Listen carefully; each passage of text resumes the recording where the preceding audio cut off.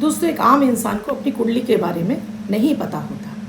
कौन सी दशाएं चल रही हैं, कौन सी अंतर है, कौन सी प्रत्यंतर दशाएं चल रही हैं। अगर आप भी ये कुछ जो मैं 5 आदतें आपको बता रही हूँ, अगर आप अपने जीवन में इन्हें उतार लेते हैं, चाहे वो बच्चा हो, चाहे बड़ा हो, चाहे बूढ़ा हो, चाहे महिला हो, चाहे पुरुष हो, यकीन मानिए कैसी भी दशाएं आपकी चल रही हों, आप कभी भी जीवन में हारते नहीं हैं, किसी भी बड़ी परेशानी में नहीं पड़ते हैं। भाग्य का आपको निरंतर साथ मिलता रहता है।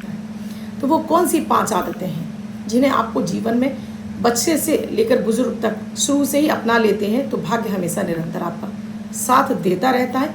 ईश्वरीय कृपा आप पर सदैव बरसती रहती है। राधे राधे, नमस्कार। मैं आपकी अष्टदोष एस्ट्रोलॉजर आशना गुप्ता ज्योतिष के चैनल पर आप सभी का हार्दिक स्वागत करती हूँ। कैसे हैं आप सभी दोस्तों?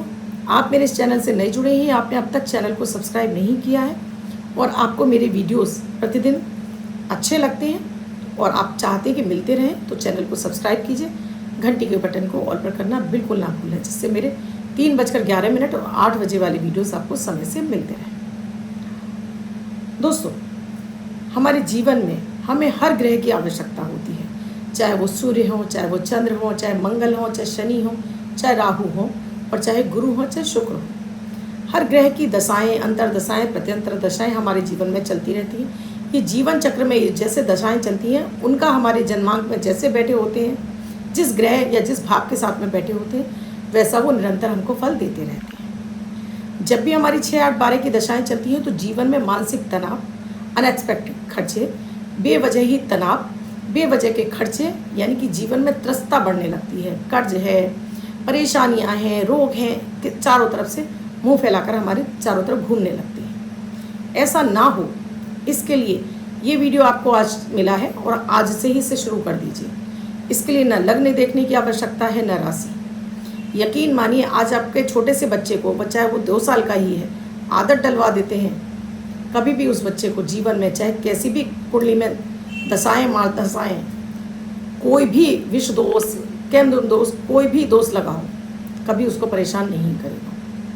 तो क्या है ये 5 आदतें? सबसे पहली आदत है गायत्री मंत्र अपने जीवन में उतार लीजिए। गायत्री मंत्र जो वेदों की माता है, जो 4 वेद हैं उनमें सबसे ज़्यादा महत्वपूर्ण जो वेद गायत्री माता यानी गाकर गाने वाला, विशेष रूप से ये सूर्य का मंत्र है। जब भी आपका सूर्य प्रबल होता है, यकीन मानिए आपके चेहरे पर तेज होता है, कॉन्फिडेंस बहुत अधिक होता है आपके अंदर, आत्मविश्वास की कमी नहीं होती है। और सूर्य की ऊर्जा तो, चाहे आपके 8 ग्रह खराब हैं, सूर्य अच्छा है तो यकीन मानिए आप जीवन में राजाओं जैसा जीवन व्यतीत करते हैं। तो गायत्री मंत्र, छोटा बच्चा है चाहे बड़ा बुजुर्ग है, छोटा है तो जितना उम्र है उतनी बार, मेरे अक्सर कर वीडियोस में मैं बताती रहती हूँ, जिन बच्चों का पढ़ाई में मन नहीं लगता है उनकी माँओं से मैं विशेष रूप से कहती हूँ कि बच्चे को गायत्री मंत्र का जाप कराना शुरू कीजिए। जितनी रनिंग उम्र है, जितने साल का है उतनी बार, आप जितने बड़े होते जाते हो उतनी बार करते जाइए। हाँ, महिलाओं के लिए रिस्ट्रिक्शन बस इतना है कि अगर आप पीरियड से हो रही हैं तब आपको इसको केवल 11 या 27 बार ही आपको जाप करना है। इसके लिए मैं पहले एक वीडियोस दे चुकी हूँ जिसमें मैंने गायत्री मंत्र के बारे में विस्तृत जानकारी दी है। आप चाहें तो मेरे उस वीडियो को जाकर देख सकते हैं। दूसरा है दोस्तों, डेली अपने माथे पर केसर का टीका, केसर शुद्ध होनी चाहिए, जो हम मिठाइयों में डालते हैं वो वाली केसर। ये बाज़ार में जो आपको केसर वाले तिलक मिलते हैं उसकी बात नहीं कर रही हूँ। ये तो एक तो आपके चेहरे को, स्किन को ख़राब कर देते हैं, दूसरा वो केसर नहीं होता। तो केसर का तिलक डेली लगाइए अपने माथे पर। कैसे लगाना है? कांच की कटोरी में या फिर चांदी की कटोरी में 2 डालिए, कुछ गंगा जल या गुलाब जल जो आपके पास उपलब्ध हो, नहीं 2 बूंद पानी या 2 बूंद दूध डाल दीजिए, घोलिए, अनामिका उंगली से इसका अपने आज्ञा चक्र पर लगा लीजिए। इससे आपकी बुद्धि और विवेक तुरंत काम करता है। केतु आपका प्रबल होता है, आपका झंडा फहराने लगता है, बुद्ध आपका मजबूत होगा, गुरु आपका मजबूत होगा, आप ज्ञान के भंडार बन जाएंगे, ज्ञान का समावेश आपके अंदर बेहद होगा। तीसरा है प्रयोग, जिसमें आपको हमेशा पानी, पूरा आप पानी पी रहे हैं तो उसे झूठा मत छोड़िए। अक्सर होती है ना, 2 घूंट पिया, 4 घूंट पिया और ले जाकर फैला दिया।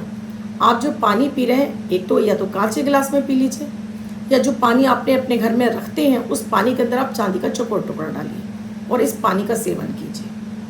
कभी भी किसी भी तरह की कोई भी दशाएं आ जाए कभी भी आप डिप्रेशन में नहीं जाएंगे, कभी भी आप बेचैनी महसूस नहीं करेंगे, कभी आपका कोई भी कार्य आपके मन की वजह से खराब नहीं होगा, कभी भी आपको घबराहट बेचैनी नहीं होगी, हर कार्य में आपका मन स्थिर होगा। पानी को कभी भी झूठा मत छोड़िए, चाहे आप रेस्टोरेंट में ही क्यों ना गए हों, गिलास में उतना ही पानी लीजिए जितना आपको पीना है। जितना आपका चंद्रमा बली होता है उतना ही आपके जीवन में लग्जरी आती है, धन आता है, सभी का प्यार और मान सम्मान आपको प्राप्त होता है। बात करती हूँ चौथे उपाय की। ये उपाय भी इतना कारगर है, अगर आपने इसको जीवन में अपना लिया, कभी भी आपके जीवन में आपको जॉब और व्यवसाय से रिलेटेड कभी कोई दिक्कत नहीं आएगी। यानी 3 कौर अपनी थाली में से, जो भी आप सुबह खा रहे हैं, 3 कौर, 3 ग्रास, जिसको ग्रास भी बोलते हैं, कौर भी बोलते हैं, निवाला भी बोलते हैं, पहले 3 जितना बड़ा आप खाते हैं साइड रख दीजिए, निकाल कर अपनी थाली में ही। पूरा खाना खत्म होने के बाद एक कागज़ पर इसे रखिए और ले जाकर घर के बाहर पक्षियों के लिए, चींटियों के लिए, कुत्ते के लिए, जो भी खाए खा ले। यानी आपने अपने 3 ग्रहों को केवल 3 कौर से संतुलित कर लिया। शुक्र, शनि और आपका राहु, ये 3 ग्रह प्रबल हो गए आपके। अब जीवन में जो भी आएगी वो शुभता ही आएगी, अशुभ ग्रहों की आपके ऊपर कोई छाया नहीं आएगी। तो ये था आपके लिए चौथा उपाय। और 5वां उपाय, मंदिर के दर्शन। मंदिर में माथा टेकने महीने में एक बार जरूर जाइए। आप किसी मंदिर में नहीं जाते हैं तो अपने घर के मंदिर में जरूर माथा टेकिए। मंदिर में माथा टेकने से आपका वहाँ की ऊर्जा, जो बृहस्पति की ऊर्जा होती है, वो आपकी क्रिएट होती है आपके अंदर। बृहस्पति की ऊर्जा आपके अंदर जनरेट होने लगती है। तो ऐसा कोई भी मंदिर जो सिद्ध हो, थोड़ा जिसके अंदर सिद्धियाँ हो मंदिर में, उस मंदिर में आप विशेष रूप से महीने में एक बार जरूर जाइए। यूँ तो मंदिर बहुत सारे होते हैं, लेकिन हर मंदिर सिद्ध नहीं होता है, हर एक की ऊर्जा उतनी पॉजिटिव नहीं होती है। वैसे तो आप गुरुद्वारे भी जा सकते हैं, चर्च भी जा सकते हैं, जाइए, लेकिन महीने में एक बार किसी भी सिद्ध स्थान पर जरूर जाइए। घर के मंदिर में तो आप डेली माथा जरूर टेकिए, लेकिन सिद्ध जगह पर जाने पर आपको वहाँ का ऑरा जो आपकी है नेगेटिव और समाप्त होती है, आपको वहाँ पॉजिटिविटी मिलने लगती है। जब भी आपके पॉजिटिविटी मिलती है तो नेगेटिव ग्रह आपके शांत हो जाते हैं और आपके जीवन में आपका ज्ञान, आपकी बुद्धि, आपका विवेक जागृत रहने लगता है। तो मंदिर में दर्शन करने जाइए, खुली आंखों से दर्शन कीजिए। बहुत सारे, क्या अधिकांश 99% लोगों की आदत होती है मंदिर में जाकर आंखें बंद करके खड़े हो जाते हैं। आपको हमेशा जिस भी मूर्ति के आप दर्शन करने गए हैं, आई कांटेक्ट कीजिए, यानी आंखों से आंखें मिलाकर आप उनसे अपनी बात को कनेक्ट कीजिए। वो काम जो आप बोल रहे हैं आंखों से आंखें मिलाकर, आपका ज़रूर पूरा होता है। ईश्वर से आंखों के दर्शन कीजिए, आंखों के जरिए अपने अंदर मूर्ति की आभा को अंदर अपने लीजिए। तो ये 5 अगर आपने, देखिए इसमें कोई विशेष कोई प्रयोग नहीं है, इन्हें करने से कभी भी जीवन में आपको पीछे मुड़कर नहीं देखना पड़ता, हमेशा आपके जीवन में तरक्कियाँ आती रहती हैं। तो आज से और अभी से इनको शुरू कीजिए, अपने बच्चों में ये रिचुअल्स डालिए। यकीन मानिए बच्चे कभी आपके पीछे मुड़कर नहीं देखेंगे, हमेशा उनको अपने भाग्य का साथ मिलता रहे। दोस्तों वीडियो अच्छा लगा हो तो लाइक ज़रूर कीजिएगा, कमेंट में जय माता दी, राधे राधे, हर हर महादेव लिखिएगा ज़रूर। और अच्छा लगा है तो शेयर भी करना बिल्कुल ना भूलें।